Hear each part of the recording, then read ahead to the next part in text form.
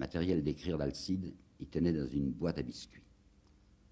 Quand il me vit ouvrir sa boîte, Alcide, il eut un geste qui me surprit pour m'en empêcher. Je ne savais pas pourquoi il m'en empêchait. Je la reposais sur la table. « Ah, ouvre-la, va !» qu'il dit enfin, ça fait rien. À l'envers du couvercle était collée la photo d'une petite fille. Rien que la tête. Une petite figure douce avec de longues boucles comme on les portait dans ce temps-là. Je pris le papier, la plume et je refermai vivement la boîte. J'étais bien gêné pour mon indiscrétion. Mais je me demandais aussi pourquoi ça l'avait tellement bouleversé. Alors, bien sûr, j'imaginais tout de suite qu'il s'agissait d'un enfant à lui dont il avait évité de me parler. J'en demandais pas davantage. Et je l'entendais derrière moi, qui essayait de me raconter des choses. Il bafouillait. Je savais plus où me mettre. Ça serait une confidence tout à fait pénible à écouter, j'en étais sûr. J'y tenais vraiment pas. C'est rien qu'il disait. C'est la fille à mon frère. Ils sont morts tous les deux. Ses parents? Oui, ses parents.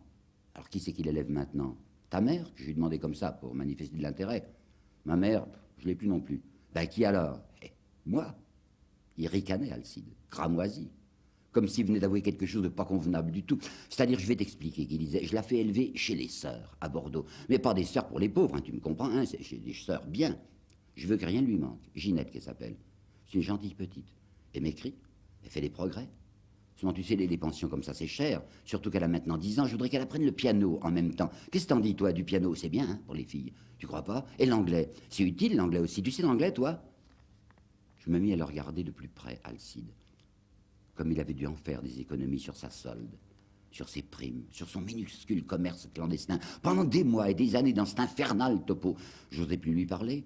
Je m'en sentais soudain énormément indigne de lui parler. Tu iras bientôt la voir? Je pourrais pas avant 3 ans. Tu comprends, ici, je fais un peu de commerce en douce, alors ça lui aide bien. Si je partais en congé à présent, au retour, la place serait prise.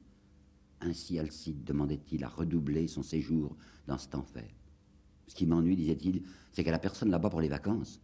C'est dur pour une enfant. Il tutoyait les anges, ce garçon, et il n'avait l'air de rien. Il offrait à cette petite fille lointaine assez de tendresse pour refaire un monde, et ça se voyait pas. On s'est couché, il s'est endormi à la lueur de la bougie. J'ai pas pu m'empêcher de me relever un coup pour bien le regarder à la lumière. Il dormait comme tout le monde. Il avait l'air bien ordinaire. Ce serait pourtant pas si bête s'il y avait quelque chose pour distinguer les bons des méchants.